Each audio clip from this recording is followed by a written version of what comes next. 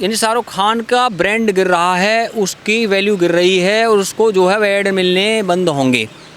और जो ये पीछे पीछे घूम रहे हैं ना, ऋतिक रोशन भी मैसेज दे रहा है उसके लिए। अरे इस देश के बच्चों का सोचना चाहिए भाई साहब। भारत के बच्चे, भारत की जनता इन्हें कभी माफ़ नहीं करेगी। और जिस तरीके से ये नंगा नाच चल रहा है ना बॉलीवुड के अंदर, भारत की जनता देख रही है इसको। हम देख रहे हैं तुमको अपनी नज़रों में गिरते हुए, उर्दू के किसी शायर ने कहा है। और ये बॉलीवुड वाले तो शाहरुख खान के पक्ष में वो गुलाम अली की गज़ल गा रहे हैं कि हंगामा है क्यों बरपा, थोड़ी सी जो ले ली है। आज भी भारत की जनता ये देख रही है बॉलीवुड में कौन आदमी है जो ड्रग्स के खिलाफ बोले।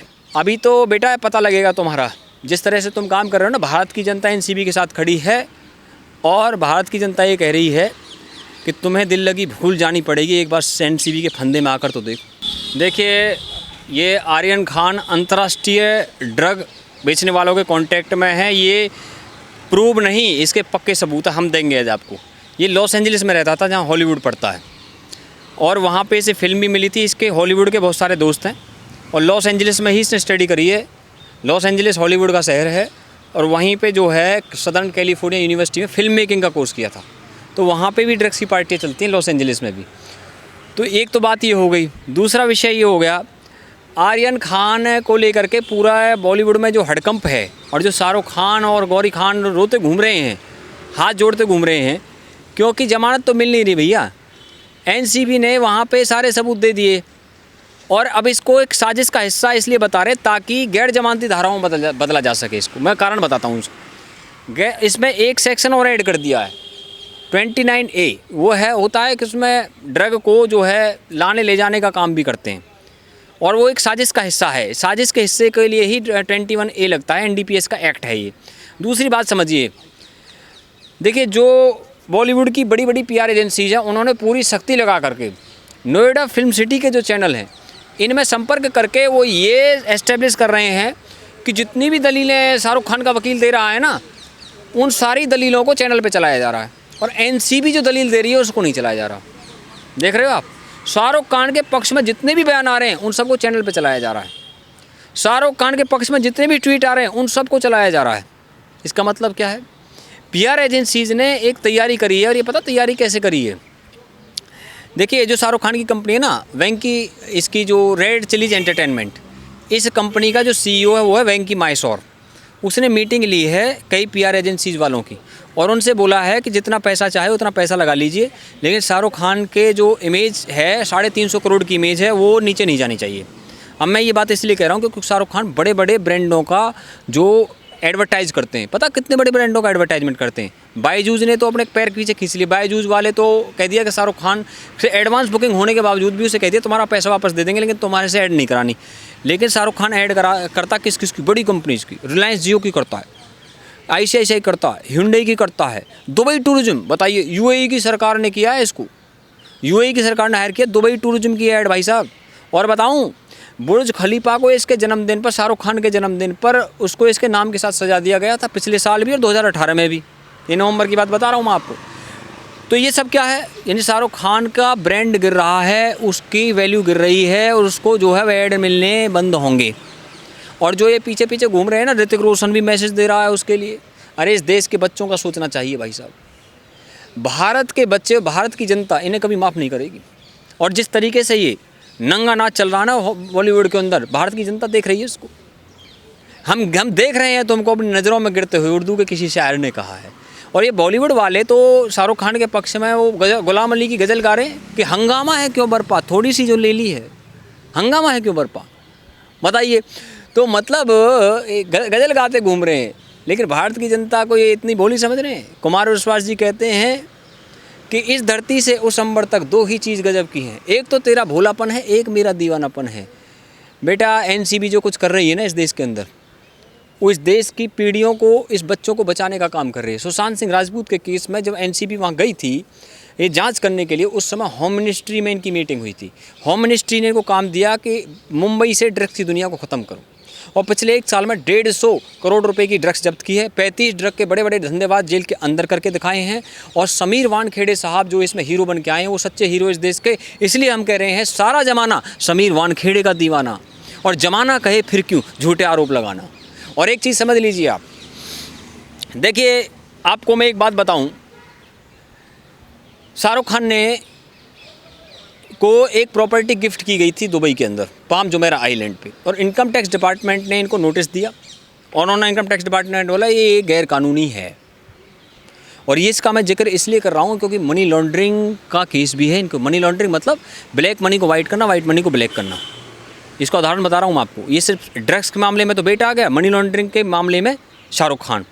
और यूएई की सरकार ने इनको ब्रांड एम्बेसडर क्यों बनाया वहाँ पे, ये भी तो सवाल है कि यही क्यों मिला भाई। और भी बड़े बड़े स्टार थे।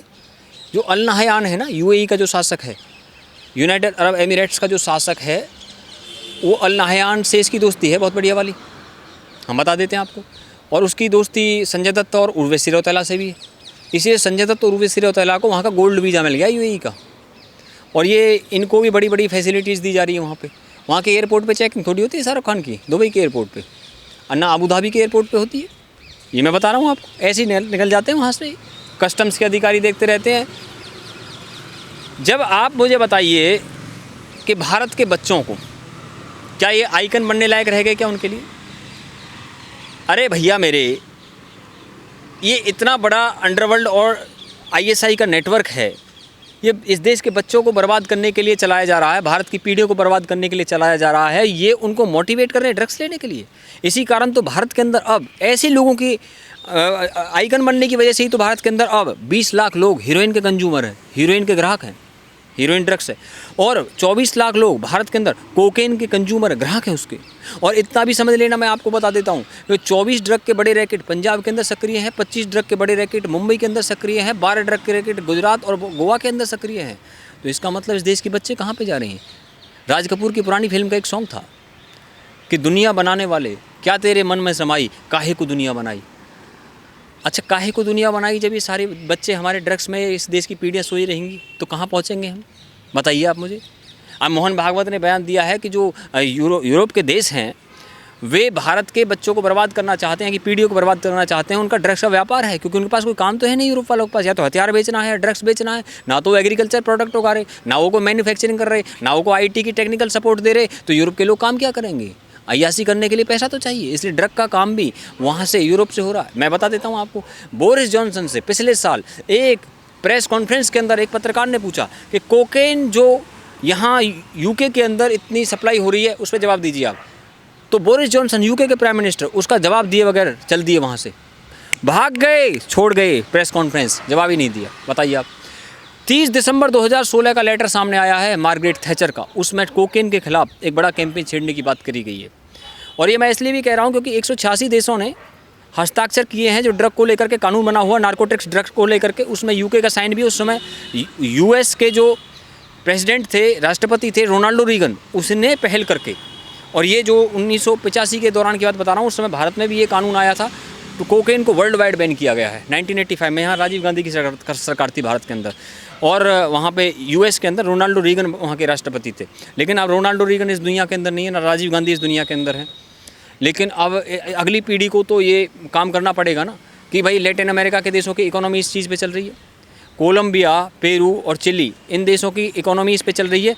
और मैं तो यहाँ पर तक बता दूँ, कनाडा की सरकार जस्टिन ट्रूडो ने कैननाबिस एक पौधा होता है जिससे जो है ड्रग्स तैयार होती है, उसको लीगल कर दिया है। बताइए किसके दबाव में किया है? बताइए। ड्रग वालों की इतनी पावर हो चुकी है, सरकार के अंदर भी वे जो है पावर मचा रहे हैं, और इतना ताकत बन चुकी है ड्रग पेडलरों की। पता कितनी बन चुकी है? 380 बिलियन डॉलर का वर्ल्ड में ड्रग का व्यापार है। 100 बिलियन डॉलर का हीरोइन का, 104 बिलियन का कोकेन का और 70 बिलियन का कैननाबिस का व्यापार है। मैं आज आपको बता रहा हूँ, और ये इतना बड़ा इकोनॉमी बन चुका है, इसका आप आइडिया नहीं लगा सकते इसका। बताइए आप मुझे। कई देशों की इकोनॉमी भी नहीं है इतनी बड़ी, बड़े बड़े देशों की। आप सोच के चलिए, यूरोपियन यूनियन की इकोनॉमी के बराबर है। कितने देश आ रहे हैं वहाँ पे, सोच के चलिए। उससे भी आगे की बात देखिए, बॉलीवुड की बात हुई है तो बॉलीवुड में ये पहली बार नहीं हुआ। ये लोग इससे पहले, मैं पूछता हूँ पूरे बॉलीवुड के अंदर जब करण जौहर की पार्टी सामने आई तो बताइए कौन बोला उसके खिलाफ? बताइए आप। करण जौहर की पार्टी 27 जुलाई 2019 को ये वीडियो उसने अपलोड किया। उसके अंदर कौन कौन थे? रणबीर कपूर था, अर्जुन कपूर था, दीपिका पादुकोण थी, मलाइका अरोड़ा थी, अयान मुखर्जी था, जोया अख्तर थी, वरुण धवन था, शाहिद कपूर था। ये सारे लोग 27 जुलाई 2019 की उस पार्टी में शामिल थे और उस पर एफआईआर दर्ज करवाई थी यहाँ काली के एमएलए दिल्ली के अंदर मनजिंदरजीत सिंह सिरसा ने। बताइए पूरे बॉलीवुड में से एक भी आदमी बोला तो? कंगना राणावत ने बयान दिया तो उसको जेड की सिक्योरिटी देनी पड़ेगी। आज भी भारत की जनता ये देख रही है बॉलीवुड में कौन आदमी है जो ड्रग्स के खिलाफ बोले। सर, इसी से एक चीज़ और मैं ऐड कर दूं, 1989 में सुभाष घई ने ड्रग के खिलाफ कैंपेन चलाया और वहाँ पे ऋषि कपूर, अनिल कपूर, सोनम, दिव्या भारती सबको बुला करके सबको शामिल कराया उसके अंदर। ये मैं ऐड कर देता हूँ आपको, पहले ऐसे काम होते थे यहाँ पे, लेकिन अब कैसे काम हो रहे हैं।